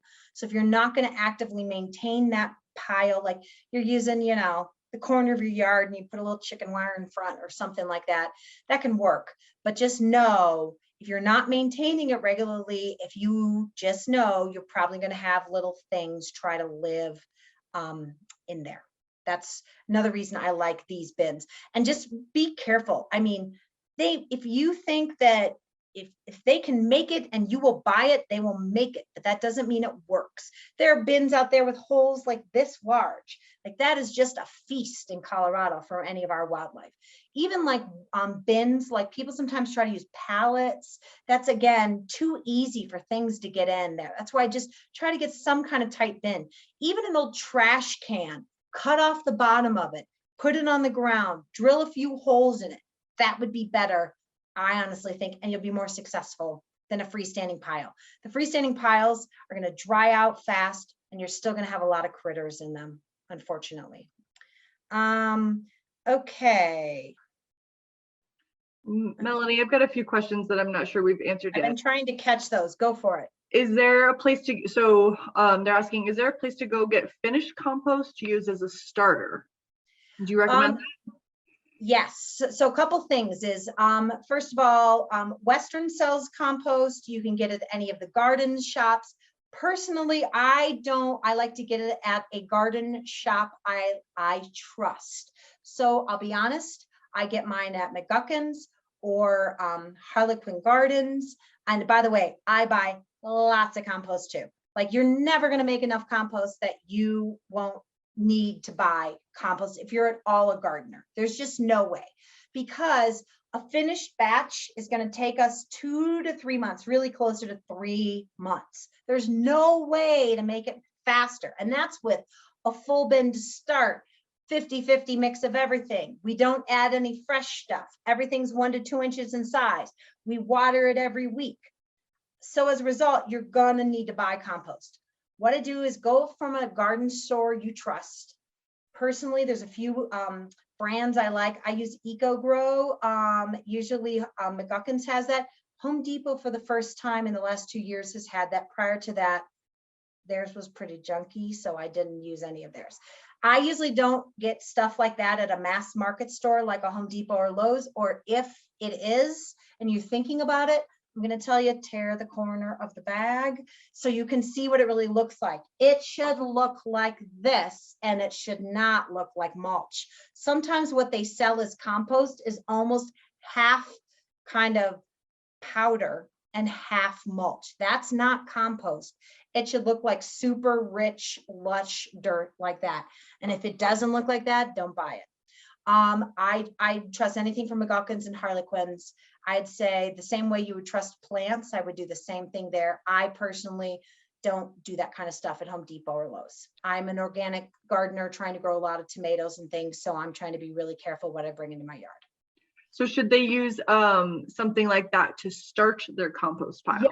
So the more you can get a better compost, it would be helpful, but not really. So I'm just trying to think what to say. You'd be better off buying a compost starter. Now, I don't usually encourage people to buy that, but you're better off with that, which is basically a lot of dehydrated organisms, basically some of which are still making it enough that they will survive and populate. So it's that's better if you can. Most of us just have compost or dirt. So that's why I suggest that first. I wouldn't probably buy compost to start. I wouldn't literally go to a place that has mature soil, like a park even, and grab a little bit. You just don't want to, like if you're in a new home where they stripped all the topsoil off and you're starting over, you're not going to have that microbe activity in your soil. Anywhere else that has some well-established, like I said, even if it's a park, take your shovel near dark, dig a few holes, grab yourself some. That would be better probably than buying compost. Can I use wood pellets as a brown? I would not use wood pellets because that's probably going to be treated lumber. So I would not use any wood pellets. And then how can we keep rats and mice out of the bin? Number one thing is to maintain that pile well. I would also say if you know you have a major problem in your neighborhood, and I say that because if you have chickens or you have neighbors who have chickens, who are the free ranging kind, who they throw out stuff on the yard and the chickens kind of peck at it. And if they don't clean that up at the end of the day and the mice and rats come and clean it up, you're going to have problems. There is no wildlife proof bin, but your best bet is to have one that's well maintained. If you have to, if you know you have a problem now, sometimes I recommend putting out no food waste for a while, get them to essentially go away to somewhere else that's more interesting. And then you could probably start doing your backyard pile the way we described it now. But unfortunately, if you have a lot of chickens around you, that can sometimes be tough if they are not made, if it's that kind where they just let, because if they don't get everything on the yard, then it becomes attractant for rodents. Or if you're near open space, sometimes people back up to open space. That's going to be tougher, but it's still doable. But I would encourage you to maybe move it to the other side of the yard or just maintain it really good. Be on that once a week. Okay. My parents have 2 bins and let one rest while the other is active. Do you recommend that too? Yes. So one of the ideas is, let's talk about when you get the compost out, because I know we haven't talked tools, but I promise I will come back to it. So one of the things that's going to be going on is we might have stuff that's been in your bin for 2-3 months that's pretty done. And then we're still adding some stuff on the top. And remember, we're mixing that up all the time. So if you want to get the finished compost out at some point, you're going to have to hand sort. What you still recognize goes back in the bin. Anything that looks more like this, you could count as compost. Or you do what this person said, you end up with 2 bins where you're adding fresh content to one. By the time that one is nice and full, we're keeping that 50-50 mix as I add materials in, we stop adding fresh materials. Meanwhile, the second bin, we're adding the fresh materials. Once a week, I'm still over here in this bin turning and watering it. But then eventually, when this bin is about full, 2-3 months down the road, this bin's all done. It's all cooked down, and then I can pull out that finished compost. That's what people do when they end up with 2. Or sometimes even people get to 3. I have 2, but honestly, it took me years to have 2. So I would say if you're not sure, start with 1, but it's certainly a great option if you have the space. But realize you now have twice the work. So you're going to be paying attention to both bins. But it's totally great because you get more homemade compost. And homemade compost is the primo stuff. I selectively use it for my favorite things or to give a plant a boost or something like that. I get the volume I need at the spring from like the commercial ones like we're mentioning. And this last question is, what about ramial wood chips? I don't know what that is. I saw that in the chat. If you can explain more what that is, I have no idea what ramial is. So for the person who put that in, I'm going to Yeah. move on. We'll Cool. come back to your questions. There's so much to talk about, as you can see. So I'm going to come back to your handouts. We're going to talk tools because I know a couple people have asked about compost aerators. So tools, we're going to super quickly address this. Can't say enough, have a pitchfork. If you have only one tool, it should be a pitchfork. Some people asked about compost aerators. They work, but they don't work as well as a pitchfork. So I'm going to show you what a compost aerator is. But just know, here's some pictures of them to kind of give you an idea.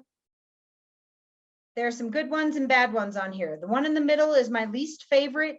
It's the kind that has an L-shaped handle on it. I've got one sample for you here. If you look at my picture that you can see, these look good. However, all of these are built on this idea that you are going to push this in, and as you push it in, these phalanges fold up, and then as you pull it back out, they will pull materials up. So let me show you, actually, it makes a little more sense if you see it in person. Basically, the idea is that you're going to use this with more up and down motion. You use these more with a back motion. So pitchfork does end up being reach and pull, reach and pull. Aerators, you do more like this. That's why some people like them. This is the Yard Butler, which is the second one on there. This is most people's favorite one.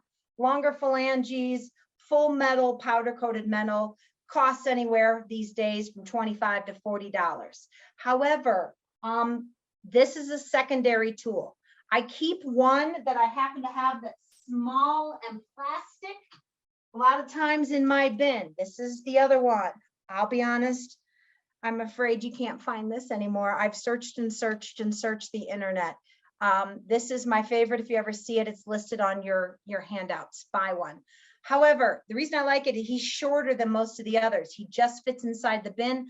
I leave it in the corner of the bin. So when I'm going out with my stuff and I realize, oh my gosh, I haven't done a thing to my bin in weeks, it's right there and handy. And I at least pull it up and I give it a little bit of this. I'm not watering it. I'm being a bad composting mama, but this is what I do. It's at least something better than nothing. So that's why I like this guy, but that's the only purpose he really has. But if you're going to buy one of these, I would probably buy the Yard Butler one. It's the best heavy duty one, but it's $40. You can buy a pitchfork for something like 20. I really think if you have not composted before, buy one bin from the county, buy a pitchfork if you don't have one already, and start there. The other stuff you can add on as you get more and more comfortable with composting. But I'll tell you right now, don't spend your money on anything else. They make compost thermometers, which are a really long thermometer, like looks like a meat thermometer. You're going to measure your pile, and it is going to be 80 when you add the greens, because the greens is what attracts the critters. So a few more guys will come. Remember, the temperature is their body heat given off.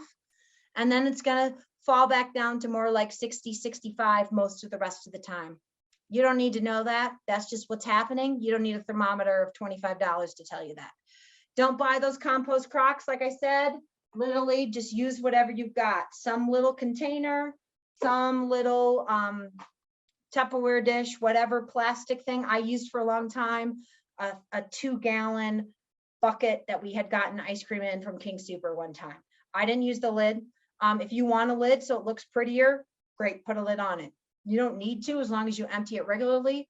Once in a great while, I do stick it under the sink when company comes, so it looks a little nicer, because it does look kind of gross on the counter, but it's way convenient, which is why I just keep it in an open bin on my pile, on my counter. So you don't need anything else. The only other exception I would say is there's things out there called compost starters. Compost starter, like I said, is basically like dehydrated microorganisms. It does help them if you are one of those people who has a brand new house where they stripped all your topsoil out and you're trying to start again, basically that microbe activity, I would buy it then. Otherwise, I would not buy it. As long as you've got any kind of relatively mature soil in your yard, you don't need anything else except to put that bin directly on the ground. And then I know somebody asked about winter composting. So can tell you can compost in the winter. That's really where being in the sun or the shade will matter. But really most of us don't. So the same air and water that I described that you have to do, you've got to do that in the winter too. Most of us don't do that. I have my hoses long put away. Most people compost in Colorado March to November. That's the kind of the max of the season, depending on how hot it is late and stuff like that. But just like we kind of slow down in the winter, so do they. You can compost year round, but just know you won't see as much activity. Things won't break down as quickly, and you still have to do a lot of the maintenance stuff. So honestly, most people don't. We honestly will talk a little bit more. This fall, I do workshops on how to put your compost away for the winter, what to do about composting in the winter, and I talk more in depthly about worms and basically how to get yourself ready so you're ready to hit the ground running for next year's compost. I personally don't do it, and I know like one person who does it. Most people don't actually. All right, now I see someone says they live in Florida. Wow, I'm glad you're joining us. Basically you could compost year round in the winter. We're giving you very Colorado specific information. And then I'd say you don't need to put anything in for a starter. You're going to have plenty of microbe activity with all the biodiversity down there. You'll be fine. It'll be a different kind of composting than Colorado, but it'll totally work. So I would not add any starter. All right, I'm sorry. I'm going us back to our handouts because we have more to talk about. This is what happens. We always run out of time. So I'm just going to talk about what else is in your packet.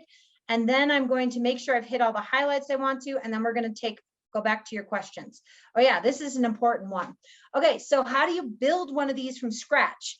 So do you just dump it all in? How do you do this? This is one I've created for you on how to walk you through. So the first thing, like I said, try to get a volume of materials. I literally try to take my bin and literally, if I can, I'm gonna make this higher so you guys can see it. So this is my bin. So if this is my ground, I do try to literally start with greens on the bottom if you can. Not super critical. Remember, greens, that's what attracts the critters to your pile. So I do a 3-inch layer of greens. I'm not getting out the ruler. I'm eyeballing it. Maybe use your finger, just so you kind of know you're keeping that 50-50 mix by volume. Then I put in a 3-inch layer of browns. And again, all my stuff is already 1 to 2 inches in size and all that kind of business. Then I get in there with my pitchfork, mix it up, water it, make it damp as a wrung out sponge, and repeat. That's basically what this tells you to do. Location, it talks about, again, the things we said. It should be level, by the way, too. It should not be like rocking over a tree root or something like that. Make sure like all 4 sides are in contact with the ground. And again, on top of grass, on top of dirt, not on top of weed cloth. And then basically do that until either the bin is, repeat this process. So you're mixing those 2 layers together, making it damp as a wrung out sponge with your hose, and repeat. Do that till you run out of materials or your bin's full, whichever ends up happening. It's ideal, like I said, if you can do at least half of your bin is full before you, at least that's when it's really worth the critters' while to actually come and be there. So just know you could start with, you've got a teeny bit and a teeny bit, that's okay. But until you build up that volume, they won't be there. And then I cannot say enough, have a nice tight fitting lid on top of your bin. That's one of those features I like that's on the Soil Saver bin. So if you're gonna make your own, you still gotta have a lid. And by lid, I mean a piece of cardboard, a piece of carpet, something you can strap down to that bin. Because in Colorado, we have wind. Do not trust anything that doesn't latch down tightly on a bin. One of the reasons I like the Soil Saver bin, it has little latches that actually latch in and lock down. You can actually pick up the bin by the lid, which is pretty awesome with the little handles. So make sure you get something with a nice tight fitting lid, latch that down. And here's my big caution. Do not put any soil or compost, or some will say manure in as a starter. You don't need to do any of that. Put it on the ground, on the dirt, on the grass, and the critters are going to come all of their own accord. If you have one of those open style bins, only if you're doing that tumbler bin that's not in direct contact with the ground do you put that in. After that, you've got some things on how to use compost. You can read through this. I'm going to talk to you a little bit about this, but I'm going to stop the share for a second because I just want to see your faces. So really the thing when it comes to using compost, first, you're going to have to sort it out the way we mentioned, because if you're working with one bin, you're going to have to pull out what is still identifiable. That means it's not finished. Anything you don't recognize anymore is finished compost, okay? And basically that's how you use it, is that you can use it as fully finished. This stuff is the stable stuff. Use it anywhere, anytime. You really can't add almost too much. I add a couple bags of compost every year to my garden beds. You can add it partway through the season. It's always best if you can put some bunch in the spring, dig it into the soil so it's really down available at the roots of the plants as they grow. So it's that, remember, that long-term source of nutrients for the plants as they grow all season long. What do you do with partially finished compost? About the only thing you can do with it is use it as a mulch. You could use it around well-established plants or trees, but don't put it around new plants. It'll still break down wherever you put it, which means that if you put it around like a new tomato plant or something, it'll actually maybe rob that plant of nutrients as it breaks down versus helping it. So you want to make sure it's only around well-established stuff. Most of the time with all the partially finished compost, I actually throw it back into my bin and just use it again. Now, for those of you who maybe said you've tried and failed, or those of you who are doing some but need some more tips, most of us have some kind of old pile in our yard somewhere. What do you do with that thing? Is that usable? You need to think of that whole pile. Pretty much if it's been there for at least 3 months, it's all browns now. So you could actually disassemble that and use that as some of your browns. Put in some fresh greens from your kitchen or something like that, and that could be your pile to get started now. Realize the fresher the ingredients, the more the critters are going to be attracted. So make sure there's some fresh greens in there. And I say fresh as in not something that sat in your bin for 2 months that maybe still kind of looks like a green, so you're going to call it green. No, I mean like stuff you just pulled out of your kitchen last week. That's the kind of thing that you should mix in with an old pile, but that could serve as the browns. So if you've got a bin, you've been meaning to do something, stuff has been sitting in there for years, pull it all out, do our 3 inches of green, 3 inches of that older brown, mix it together, damp as a wrung out sponge, and just keep going. So it is usable. It's just not ideal, but it's totally usable, particularly if you don't have access to browns right now. That's a way you can use it. All right, I'm going back to the screen share. So the using of compost, finished compost, use it anywhere you can. If you are not a gardener and you're just trying to do the right thing with your food waste, give it to your gardener friends. Black gold, cannot say enough. One of my favorite ways to use finished compost, which isn't on your sheet here, is compost tea. I don't know if you guys are familiar with that idea. Actually, CU has been doing some more irrigating of their landscape with it to try to help spread their nutrients around. So there's fancy ways to make compost tea, but I'll tell you my easy way. The fancy way is you like bubble water for 24 hours and you're trying to basically get the compost particles to bind with the water particles so that when you spread it around, you're basically spreading the compost. Takes a lot of time and effort. I don't do. I take a handful or two and will be thrown into a bucket, like a 5-gallon bucket, fill it with 4 gallons of water, take a big stick or even my compost turn or something. And I stir it really, really, really, really, really, really, really, really, really, really, really good till like my arm really hurts, like 2 real minutes. Basically, it's enough to get them bound together enough that then I take the bucket, pour it in my sprinkling can, and then I sprinkle it all over my yard.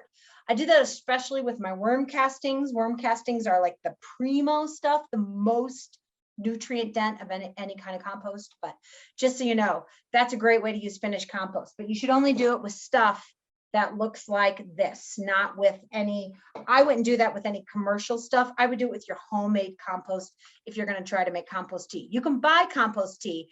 And I think sometimes EcoCycle sells it at the farmer's market. Their stuff would be good. If it's not from a trusted garden source, I wouldn't buy compost tea from anybody else. I just make your own, basically with some of your homemade compost once you have some. All right, one more thing on your handouts and then we'll go back to your questions. So I just want you to see what else you have. You have another sheet, that's the second sheet about how to use compost, and you have this composting trouble guide. We have not even gotten into this, but the basics are, if there's something wrong, there's some good treatments for you. I'll tell you right now in Colorado, most of the time, what's going to happen if your pile's not working, water it, turn it, and then give it some fresh greens. That will bring the critters to the pile. The water allows them to live there, and that's 99% of the time that's going to fix whatever's going on. Very, very, very rarely will your pile be too wet in Colorado. It's really tough to do that because it's just so dry here. Then the last sheet, another sheet you have here is some websites, great resources. You can look at composting till your heart's content. There's just a few things for you. And then this is some fun facts about red wiggler worms. These are the worms that are in your backyard pile. They're also the same worms that are in a worm bin, just in a concentrated amount. Some fun little diagrams, again, if you want to color with fun facts about them, but we don't have time for that. So let's go to Chandra, who can tell you a little bit more about composting, bins, getting those from the county and other things. So take it away, Chandra. Hope you're muted. Yes, thank you. Yeah, I will, if you didn't get the handout, I'm sorry about that. I will, message me your email and I'll make sure you get it. It's also on the website that I will post right here. She's going to put in the chat right now, but this is the same. This is my printed out version, but it's the same deal. And it'll be the spring compost workshop packet. Yep. Okay, I'm gonna get to my sharing. And I'm just going to say, while she's doing that, that we have, this is the first time we've ever done workshops in the summer. We normally do these just in the spring, but I'm just curious if we would love any feedback you guys would have, if you want to email back to Chandra or anything about this was great to have in the summer or not, because honestly, I'm shocked by how good of a turnout we have, because I figured everyone would be traveling or doing something else. So this is great. But so just let us know if this works for you better than the spring or something like that. Yeah, this has been nice. I'm glad. Okay, hopefully you all can see this soil saver bins. I've gotten some information or some questions about how big they are. And so this is the information from the Amazon website. I got one and it's awesome. We love it so much. We are going to sell them for $65. It'll be exact cash, check, or a credit card. Prefer cash or check. We're doing an in-person workshop on Saturday. And so I will be at the recycling center Saturday morning between 8:30 and 9:30 if you just want to come at all during that time. You don't have to sign up for a slot. Just come between 8:30 and 9:30 and I will get you a recycling bin. Residents can buy up to 2. If that date doesn't work for you, if Saturday doesn't work for you, you can email compostbins@bouldercounty.org. That goes straight to me, but it just helps me keep things in order. So you can email me that there and I will get you, we'll get you on the calendar to get one picked up. Awesome. So a couple, and yeah, somebody mentioned this. I was gonna say, make sure you talk about fall. So yeah, great. so we'll, me and Melanie are gonna talk. We'll probably talk to a master gardener. We're thinking about maybe getting an arborist as well to talk about what this all looks like in your garden for the fall and like putting your compost to bed, putting your garden to bed for the winter. Cause I know that's something we're all thinking about because we've started this amazing thing and we want to make sure we can start off on a good foot next year. So yeah, keep an eye out for that. Contact information. So Melanie is wonderful. She's a wealth of knowledge. However, I'm going to have you email me any questions you have. So then I can kind of filter them out. And if I have the information, I can send it directly to you. If I have to reach out to Melanie, I will do that and then get back to you. So there's my email address. Feel free to use it with whatever compost questions you have. And then you can follow us on social media. We're on Facebook and Instagram. We're starting to be pretty active on both. So we'd love to see you there. And we'll always announce on those any upcoming workshops. So just to help you guys know, if we do a spring workshop. It will likely be very similar to this one, but the fall ones will be definitely different content and stuff. So I just wanted to clarify that so you can come to multiples in a year. So, okay. I am gonna, do you have more things, Chandra? No, I don't. I just wanted to make sure, I want to look at the chat one time. Can you look at the chat while I tell them one important thing I forgot to, I glossed over. So I'm going to tell you the other thing that's on that list of 5 things that you're supposed to get. One of them we haven't talked about yet is what I call dumping and running, and you should not do it. So there's a good way and a bad way to add kitchen scraps to your pile, okay? So again, I raised my bin so you guys can maybe see a little better. Here's my bin. It's this full in there, and I'm coming out with my kitchen scraps. The worst thing I could possibly do is take off the lid, put my kitchen scraps right on top of the pile, and put the lid back on. Terrible, terrible, terrible. Because remember where those critters live? They don't hang out up here. They're hanging out in this main part of the pile. Plus, we want to put this food waste, we want to get it past the fresh point as soon as possible. So I actually like dig out the pile a little bit and create like a little spot. And then I put in my kitchen scraps. Then I put in my browns. Don't forget those browns to put on top of it. Then I take the pile, the existing pile, and push that back on top of it. And then I put the lid on top.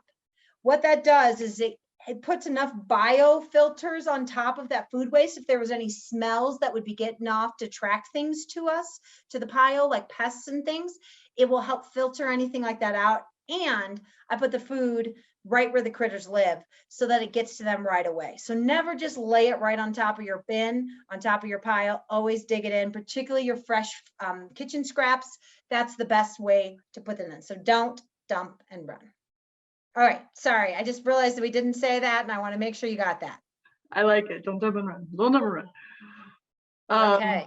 Cool. Yeah, we're at 7:56. I know you have a little bit if people want to stay on for worm stuff, right? Maybe yes. Like so if anybody, I'm going to make sure we answer questions.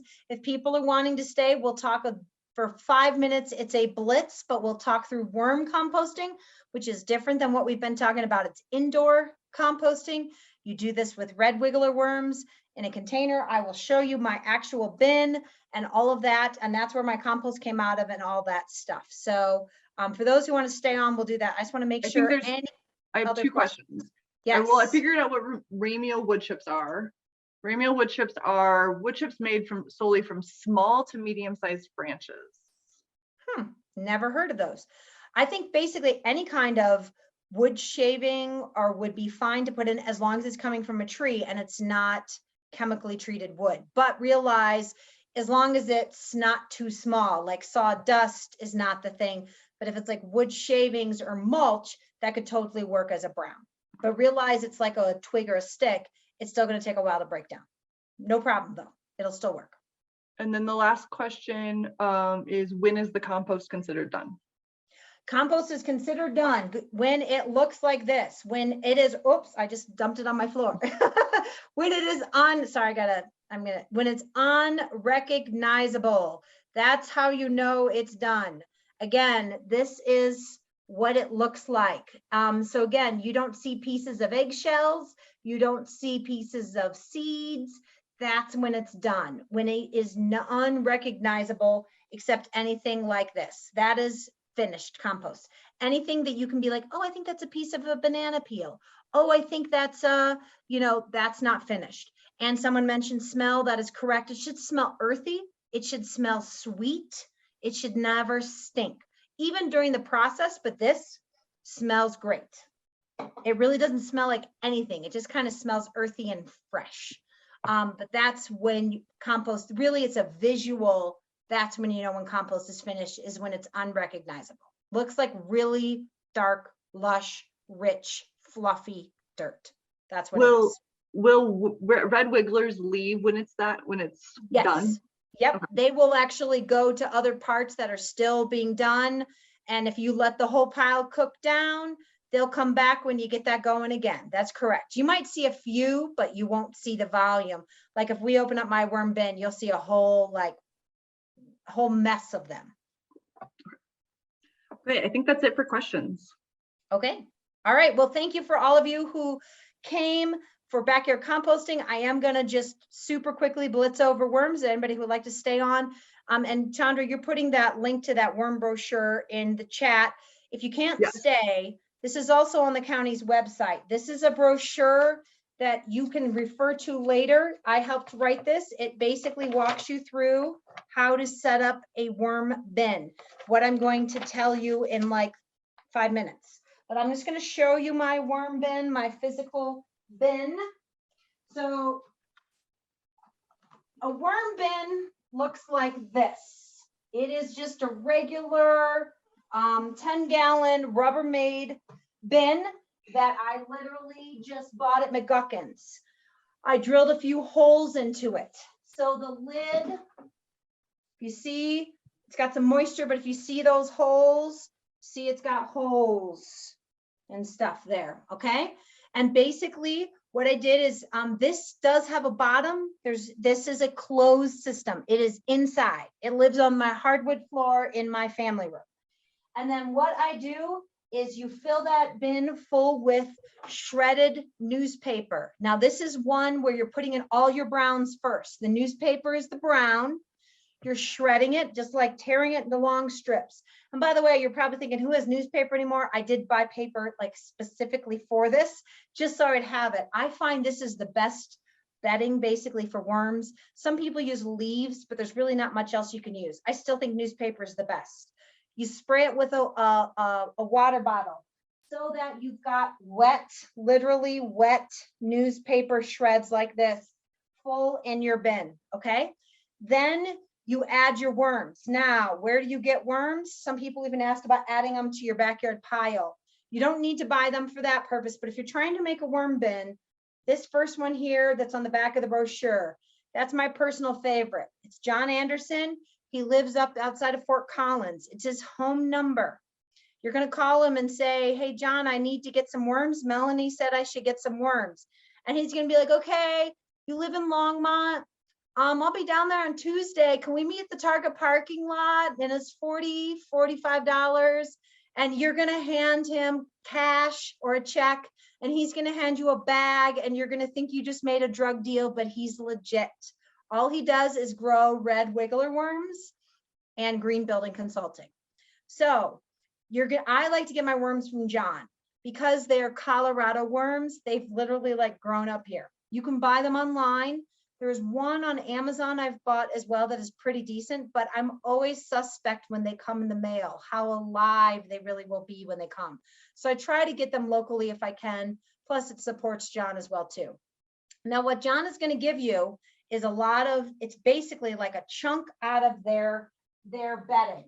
So the problem is that it's the worms, but it's also all the stuff they're eating and all their bedding and a whole bunch of compost.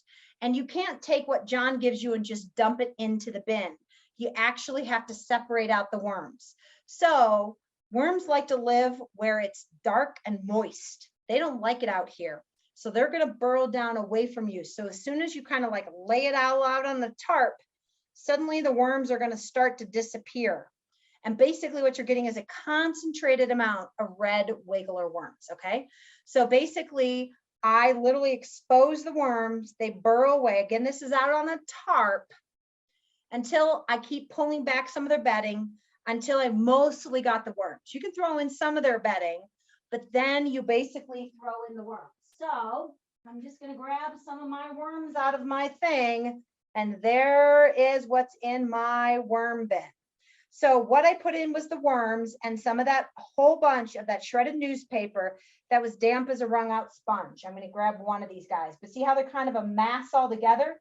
That's how they will be when they're actively working on stuff. Sorry, they don't like me trying to separate them. So red wiggler worms are small. Here's especially little guy, but they are little.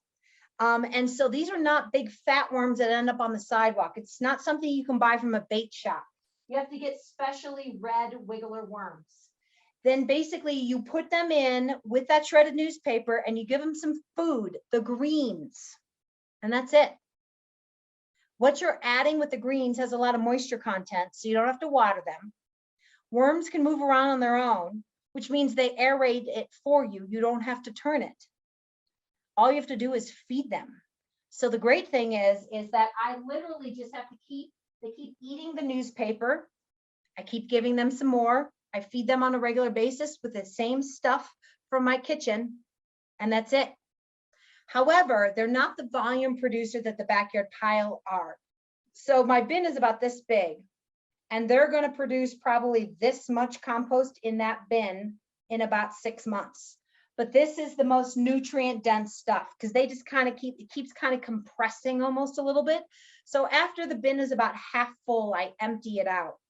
Now, the hard thing is to empty it out, you literally have to move the worms. So what I do is I shove all the stuff to one side, all the food, all the newspaper, and I basically give them, a couple minutes to do that. And then I just start taking a spoon and scraping out the stuff. That is literally where this compost came from. I just took my spoon into a corner of that and took out a whole bunch of this. This is the stuff, this is their poop. That's what worm composting is. Now, it is not the volume producer a backyard pile is because they can only eat half of their body weight of food a day, which sounds like a lot until you realize 1,000 worms, which is probably about what I have in my worm bin, weighs about a pound, which means they can only eat an actual half pound of food a day. That's like 2-3 apple cores. So they are not going to, they can handle fruit and veggie scraps, coffee grounds from maybe 2 people. They're not going to take a family of 5. So it's just my husband and I. So I do use this as well as my backyard pile. I use this in the winter with my compost collection for the yard through the trash service. So you can use this however you want. Or if you're hearing what we've been talking about and realizing this is more work than you can do for a backyard pile, maybe worm composting is a great option for you. So that's the Blitz version. We talk a lot more about this in the fall, but if you're interested in worms, check out that brochure. It tells you exactly how to start one, and it shouldn't cost you much. You buy the bin once, you use your regular drill to put a few holes in it. The bin costs, I don't know, $12, $15, and you get one of these tough Rubbermaid tough totes, something like that, a 10-gallon size. That's the one you want. Because the other thing that happens is it gets heavy. I can move it around my house. It has a bottom. It's not like an outdoor bin. It has a bottom, so it moves around wherever I need it to. And then I also don't feed them every day. I feed them every week, 3 days to a week. Whenever my bin is full, I pull out some things for them, and then I take the rest of my pile. And worms, remember, like coffee grounds, eggshells. I give them a lot of banana peels. I chop up some of those pepper rinds.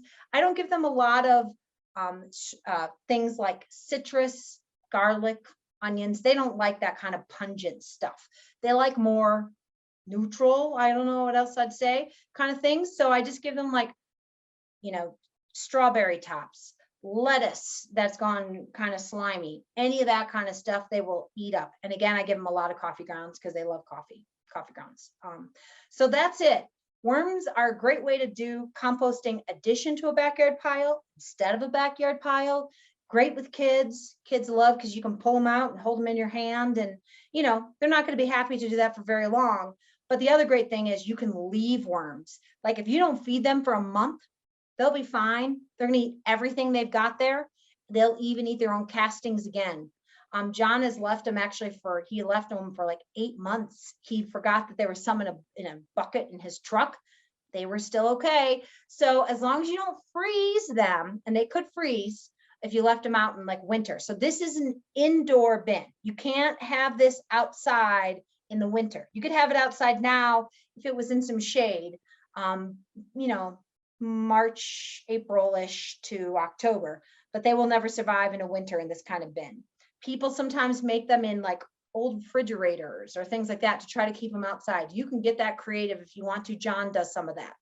But I just find this kind of bin is the cleanest, easiest way to do worm composting. And it's really fun to do with kids, grandkids, and frankly, it's just fun as an adult too. So there's your blitz on worms. We could talk a ton more, but I'll see if there's a couple questions I can answer, and then we'll get you out of here. 2 questions for you. I do have a my finished worm compost is mostly in dry clumps that are so hard I can't pick them apart. I've even found these clumps a year later in my garden still intact. Can I grind them up in a blender or chipper?